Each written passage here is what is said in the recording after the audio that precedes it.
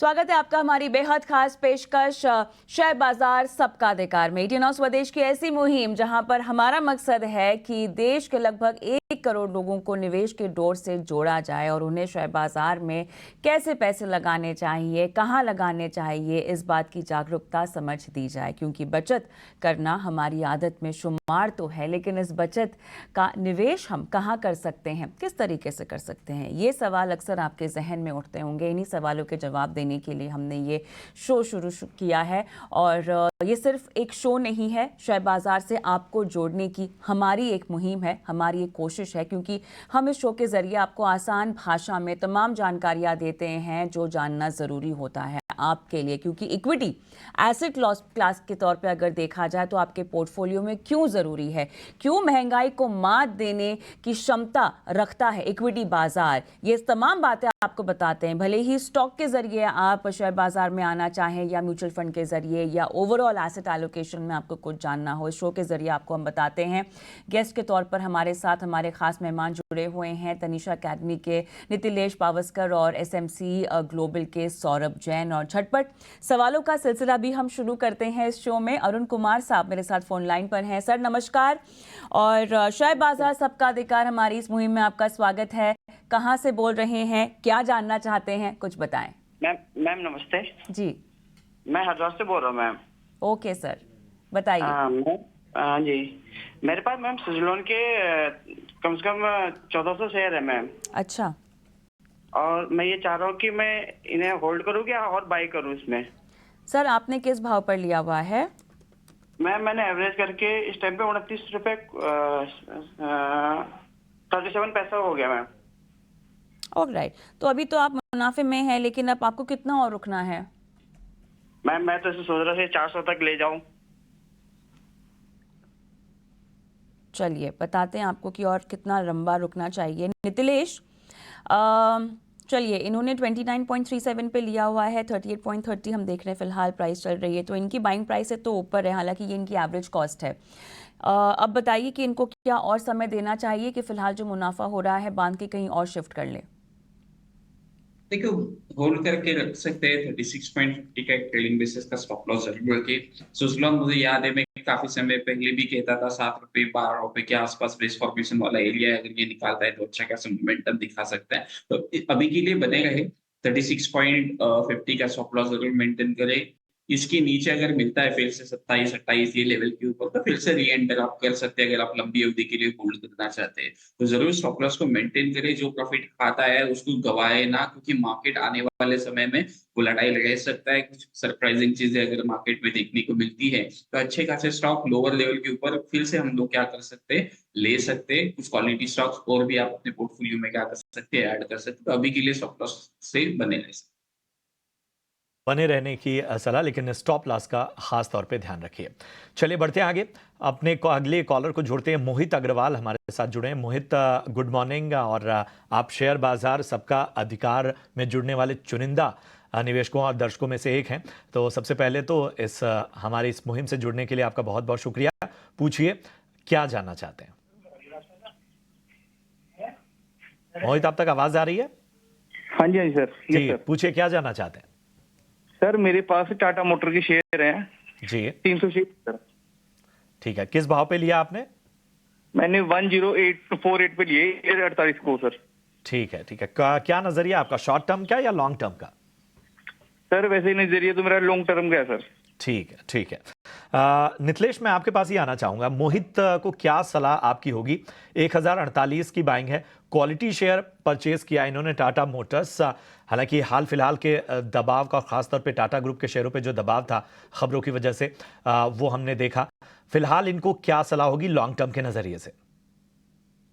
अगर देना चाहता हूँ, मैंने क्लाइंट्स को 1032 1035 ये लेवल के ऊपर शॉर्ट कॉल रेकमेंड किया है। अभी भी कुछ क्लाइंटों की पोजीशन उसमें ओपन है, लेकिन चार्ट के बेसिस के ऊपर मैं एक आपको राय देना पसंद करूंगा। अगर हम लोग देखेंगे तो 26 फरवरी का जो ब्रेकआउट आया था 936 रुपीज, उसके ऊपर अभी भी ये स्टॉक क्या है, मेंटेन है। तो 936 रुपीज आपका स्टॉप लॉस होना चाहिए। अगर ऊपर में अगर ये निकलता है और फिर से 975, तो एक आपको आपका लेवल थोड़ा सा एग्जिट का देखने को मिल सकता है। लेकिन मेरे हिसाब से अभी के लिए आपको एक बार स्टॉप लॉस जरूर मेंटेन करना पड़ेगा। स्टॉक अच्छा है, बिल्कुल अच्छा है, लेकिन एक चीज हमेशा ध्यान रखना चाहिए आपको कि जब भी स्टॉक में साइकोलॉजिकल नंबर का ब्रेकआउट आता है, जैसे 1000 रुपीज, और साथ साथ एक पॉजिटिव न्यूज आती है और टेक्निकल चार्ट के ऊपर सबको ब्रेकआउट देता है, तो उस स्टॉक्स में चढ़ के नहीं लेना है। गिरते हुए स्टॉक में अगर इंपॉर्टेंट सपोर्ट के आसपास मिलता है तो तब आप ले सकते हैं। स्टॉक अच्छा है, मैंने क्लाइंट्स को बोला है, अगर स्टॉक में 700 से लेके 720 ये रेंज कभी देखने को मिलती है तो फिर से हम लोग बाइंग की साइड में री एंटर कर सकते हैं। ऑलराइट, चलिए, तो ये सलाह टाटा मोटर्स में आती हुई अमित कुमार साहब मेरे साथ फोन लाइन पर हैं। नमस्कार। नमस्कार बताइए सर। मैम, हमने 2000 MRPL के शेयर बाय किए हुए हैं। ओके। लगभग बाय किए हुए 1 वीक से प्लस हो गया है। हाँ हाँ। 234 पे मैंने बाय किया था, तो मैं जानना चाहता हूँ कि मैं वैसे डिलीवरी पे रखा हुआ है सारा, लॉन्ग टर्म के पर्पज से, लाइक अबाउट दैट 6 महीने से 1 साल तक का मैं वेट कर सकता हूँ। ओके। तो क्या एडवाइज करेंगे सर एक बार, अभी इसको चलिए। रखना चाहिए या गिरेगा या फिर निकल जाना चाहिए, क्या है इसका? चलिए, 234 आपकी बाइंग प्राइस है, 215 के आसपास फिलहाल घूम रहा है, लेकिन फिर भी सौरभ, अभी एक हफ्ते से रेंज बाउंड मूवमेंट में है, लेकिन अगर हम अपर लेवल्स देखें तो अभी भी क्षमता है जाने की। देखिए, बिल्कुल मैं समझता हूँ कि इन्हें भी एक बार होल्ड करना चाहिए, क्योंकि अभी रिसेंटली पेट्रोल और डीजल के दाम सरकार ने गिराए, तो ऑयल मार्केटिंग कंपनियों के जो शेयर हैं वो नीचे आ गए, क्योंकि वो लार्जली रिटेलिंग बिज़नेस में है, एमआरपीएल रिटेलिंग बिज़नेस में नहीं है, और ये भी शायद उनके साथ थोड़ा नीचे आ गया। सब्र रखें, इसमें बने रहें। आपको फिलहाल एमआरपीएल में बने रहने की आती हुई सौरभ जी की तरफ से। बढ़ते आगे, हेमंत पढ़ियार साहब हमारे साथ इस वक्त जुड़ चुके हैं। हेमंत जी, बहुत बहुत शुक्रिया हमारी इस खास मुहिम से जुड़ने के लिए। पूछिए, क्या जानना चाहते हैं? सर मेरे पास बंधन बैंक है 1200 शेयर, ठीक है। एवरेज कर करके 255 पे आया। अभी बहुत साल हो गए, तो वो कब तक निकलेगा? वो तो हर बार नीचे ही जा रहा है। बिल्कुल बिल्कुल पीयूसी बिल्कुल बैंक गिरता है तो शर्ट में गिरता है, प्राइवेट गिरता है तो भी गिरता है, गिरता ही रहता है। बिल्कुल हेमंत कब जी, जाएगा आपकी समस्या का समाधान हम यहाँ पर करेंगे, और बंधन बैंक और इसके अलावा बाकी धनलक्ष्मी बैंक, इस तरह के बैंक पर हम वक्त वक्त पर हमारे एक्सपर्ट्स आप बहुत विस्तृत नज़रिया देते रहते हैं। तो एक सलाह आम निवेशकों को ये भी होती है कि कई बार किसी स्टॉक में लंबे समय तक बने रहने के लिए आपको वक्त वक्त पे उसको रिव्यू भी करना होता है। कोई और सवाल आपका? बंधन बैंक पे तो मैं नज़रिया आपको दिलवाता हूँ। हाँ ना, एक ही सवाल है। ठीक है, ठीक है।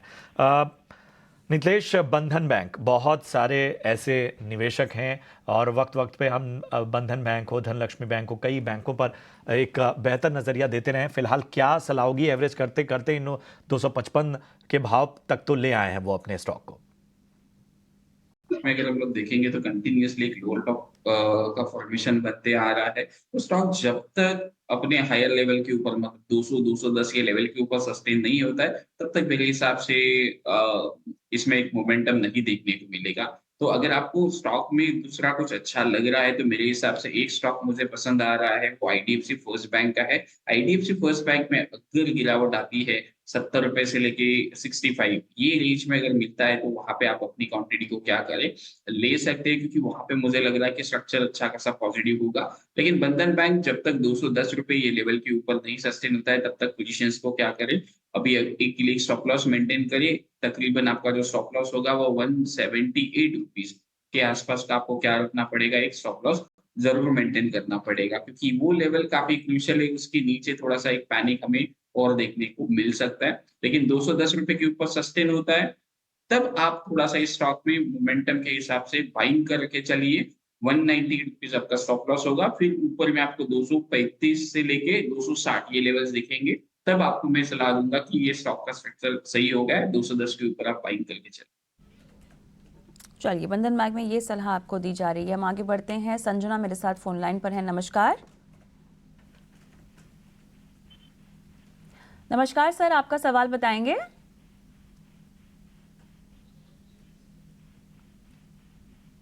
चलिए, मेरे ख्याल से इनकी आवाज़ नहीं आ रही है, लेकिन एक्शन कंस्ट्रक्शन पर इनका सवाल है। इनकी बाइंग प्राइस 1298 के आसपास है, 1239 के आसपास हम देख रहे हैं कि फ़िलहाल स्टॉक जो है वो कारोबार कर रहा है।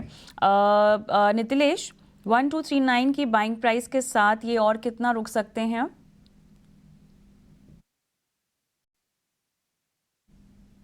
देखो एक्शन कंस्ट्रक्शन में अगर हम लोग देखेंगे तो एक अच्छा खासा रैली चल रहा था और रैली में थोड़ा सा हमें पॉज देखने को मिला। तो अभी जो ट्रेंड लाइन का ब्रेकआउट आया था उसी ट्रेंड लाइन को हम लोग क्या करेंगे, सपोर्ट की तरह लेंगे।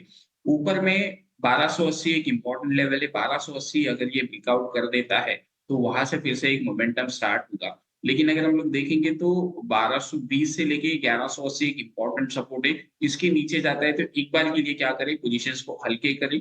नीचे में अच्छे लेवल्स के ऊपर ऐड कर सकते हो। 900 रुपए से लेके 1000 रुपए एक उसका अच्छा खासा लेवल होगा, वहां पे आप पोजीशंस को ऐड करें।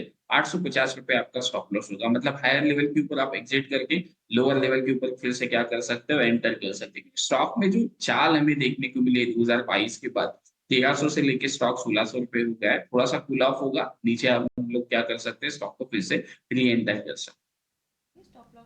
लगाकर आपको ये स्ट्रैटेजी जो है स्टॉक में अपनानी होगी।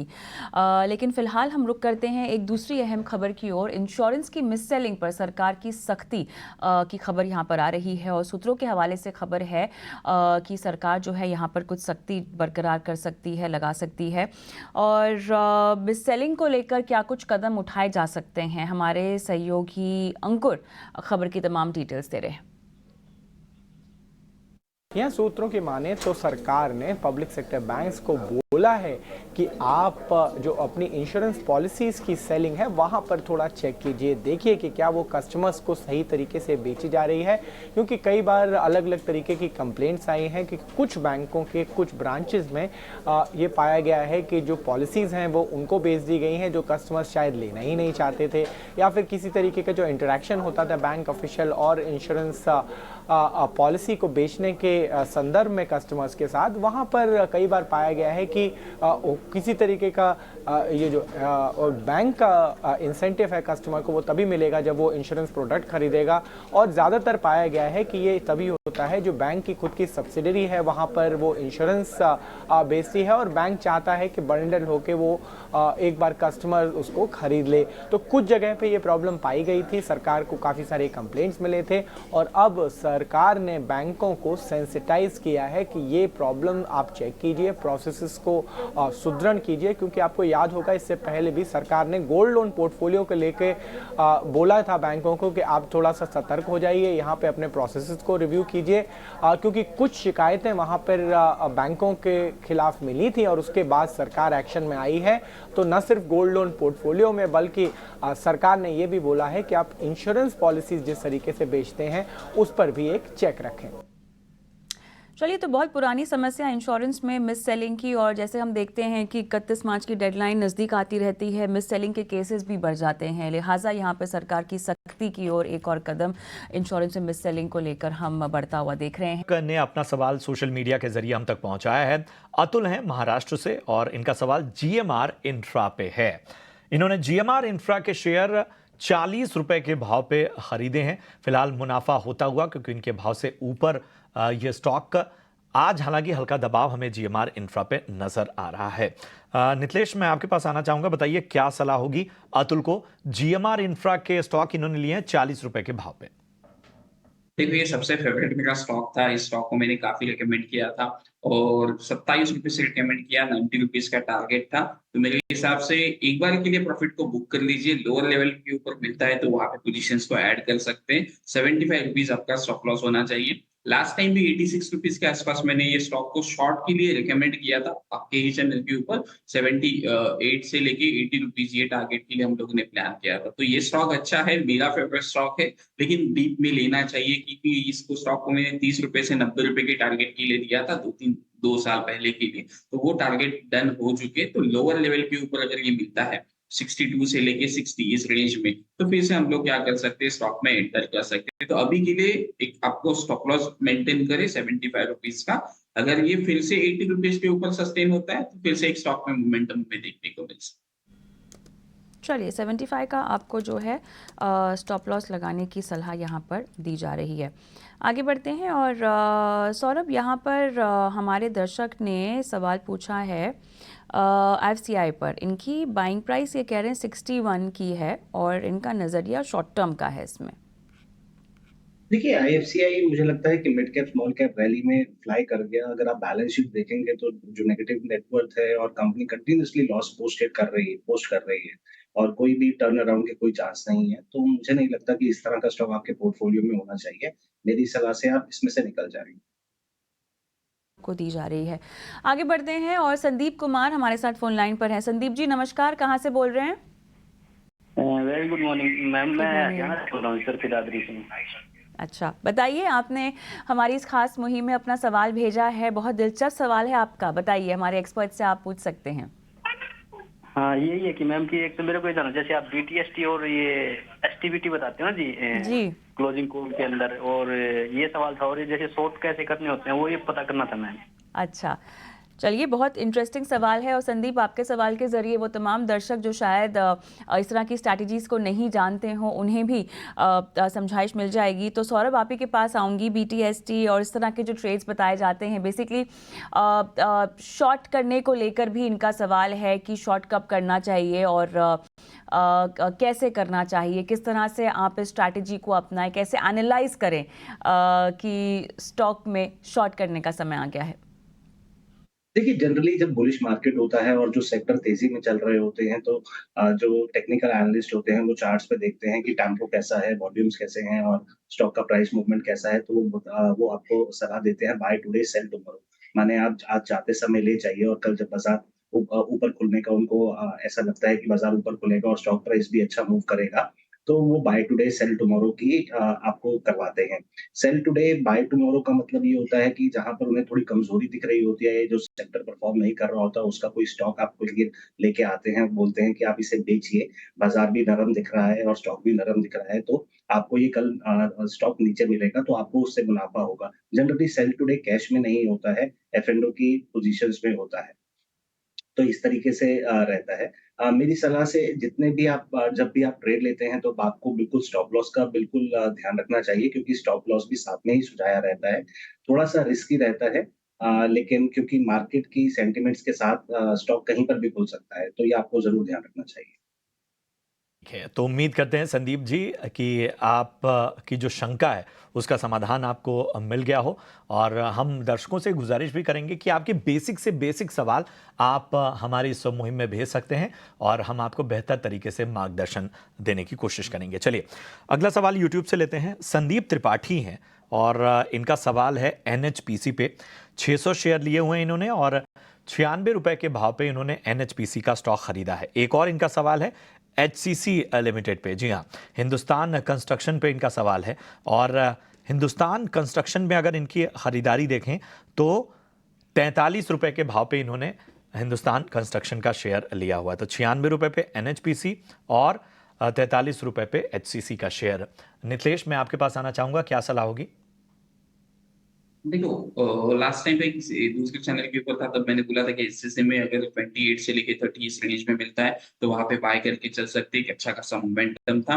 तो अभी के लिए इनको भी एक ही राय दूंगा कि आपको जो स्टॉप लॉस है वो स्ट्रिक्टली रखना पड़ेगा 32 रुपीज का, क्योंकि ये जो डेड कैट बाउंस है, अगर ये सस्ती नहीं हुआ तो ये लोअर लेवल्स भी क्या कर सकता है, दिखा सकता है। NHPC पर्सनली मैंने क्लाइंट्स को रिकमेंड किया था, चैनल्स के ऊपर भी काफी बार रिकमेंड किया था।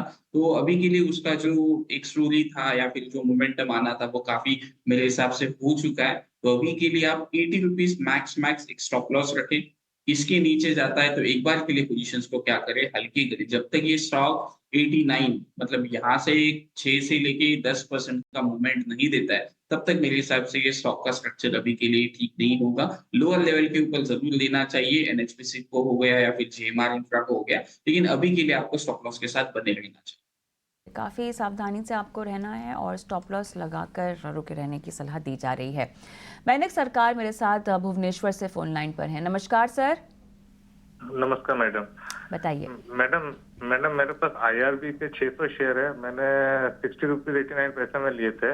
ओके। और SRF के 50 शेयर लिए हैं 2462.99 में। तो इसको आगे रखना है या जल्दी निकल जाना है, थोड़ा सा सलाह दीजिए मैडम। आपने जब लिया था तो कितने समय तक रुकने की आपकी इच्छा थी? मैडम ये एक्चुअली क्रैश से पहले लिया था, तो इसीलिए थोड़ा सा अभी इससे सोचा, क्योंकि मैंने सोचा था कि लगभग 90 का टारगेट रखा था आपका IRB के लिए। हाँ।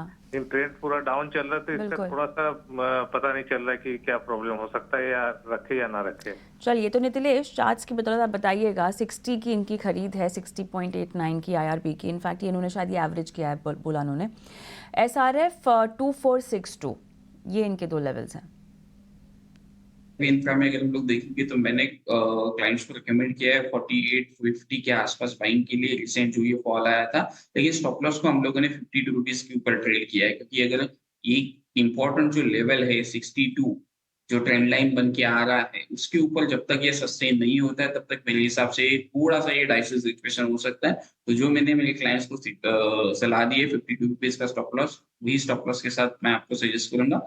62 अगर ये निकाल देता है तो फिर आपको डरने की जरूरत नहीं है, फिर आप एक स्टॉप लॉस 56 का कर लीजिए। फिर अगर ये स्टॉक मोमेंटम में निकल देता है तो ये 100 रुपए के लेवल्स भी आने वाले समय में आपको देखने को मिल सकता है। लेकिन जो चीज कही है स्टॉप लॉस, उसको जरूर ध्यान में रखें, क्योंकि वो इम्पोर्टेंट काफी है। ठीक है, तो ये है सलाह IRB इंफ्रा पे इस वक्त आती हुई। चलिए, कुछ सवाल हम YouTube से भी ले रहे हैं और लगातार हमारे पास दर्शकों के सवाल आ रहे हैं। एक सवाल हमारे पास आया हुआ है BHEL पे, राजेंद्र तिवारी हैं, इनका सवाल है, और BHEL में इन्होंने 256 रुपए के भाव पे 120 शेयर खरीदे हुए हैं। सौरभ जी, BHEL पे क्या राय होगी? 256 की खरीद है। पावर सेक्टर काफी अच्छा लग रहा है, और पावर सेक्टर से रिलेटेड इनको भेल को कुछ काम भी मिल रहा है। स्टॉक में एक टर्न अराउंड देखा गया है। लंबे समय के लिए अगर आपका नजरिया है तो बने रहें, एवरेज और तो लंबे समय का नजरिया है तो बने रहने की यहाँ पर सलाह है।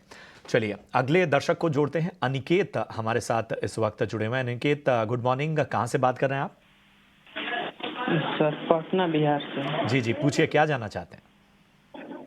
सर, भैया की ये समझे रहे भैया हैं। जी जी, बताइए कौन सा शेयर लिया है भैया ने आपके? सर, मेरे को पता नहीं है, बाहर हैं, दे रहे हैं उनको। अच्छा अच्छा अच्छा अच्छा। वैसे हमारे पास जानकारी जो आपकी तरफ से आई है वो इंडिया बुल रियल एस्टेट से आई है, इंडिया बुल हाउसिंग से आई है। चलिए, हम इसी पर राय देने की कोशिश करते हैं आपको। फिर से आपको जोड़ेंगे अगर आपका कोई और सवाल हो। इंडिया बुल हाउसिंग के शेयर इनके पास 116 के भाव पे हैं। नितिलेश, बताएं क्या करना चाहिए? देखिए, इंडिया बुल हाउसिंग में अगर आपका 116 रुपए का बाइंग है तो बिल्कुल बने रह सकते हैं 160 रुपीज के स्टॉप लॉस के साथ। स्टॉक के ऊपर में काफी बुलिश था जब ये स्टॉक 50 ये लेवल के ऊपर मेंटेन होता था, लेकिन जब से ये स्टॉक 200 के नीचे ट्रेड करना चालू करते हैं तो थोड़ा सा माइंड में एक फियर है। तो अभी के लिए आपका जो लोअर लेवल है वो काफी 116 का है, तो यहाँ पे आप 160 के स्टॉप लॉस के साथ बने रह सकते हैं। ऊपर में अगर हम लोग देखेंगे तो ये स्टॉक 185 जब तक क्रॉस नहीं करता है तब तक मोमेंटम स्टॉक में नहीं देखने को मिलेगा, तो 160 आपका स्टॉप लॉस होना चाहिए। के कुछ दर्शक हैं जो अपने सवाल हमसे पूछ रहे हैं। दीपक जुगाट का सवाल है, इनके पास बहुत सारे शेयर्स हैं, मेरे ख्याल से हुडको, जस्टाइल, बाटा की कुछ जानकारी इन्होंने हमें दे रखी है। हालांकि इन्होंने बाइंग प्राइस किसी की भी नहीं बताई है, लेकिन लॉस में है। पूछ रहे हैं क्या एवरेज कर सकते हैं या नहीं। नितिलेश, बताइएगा। जस्टाइल से शुरुआत करते हैं।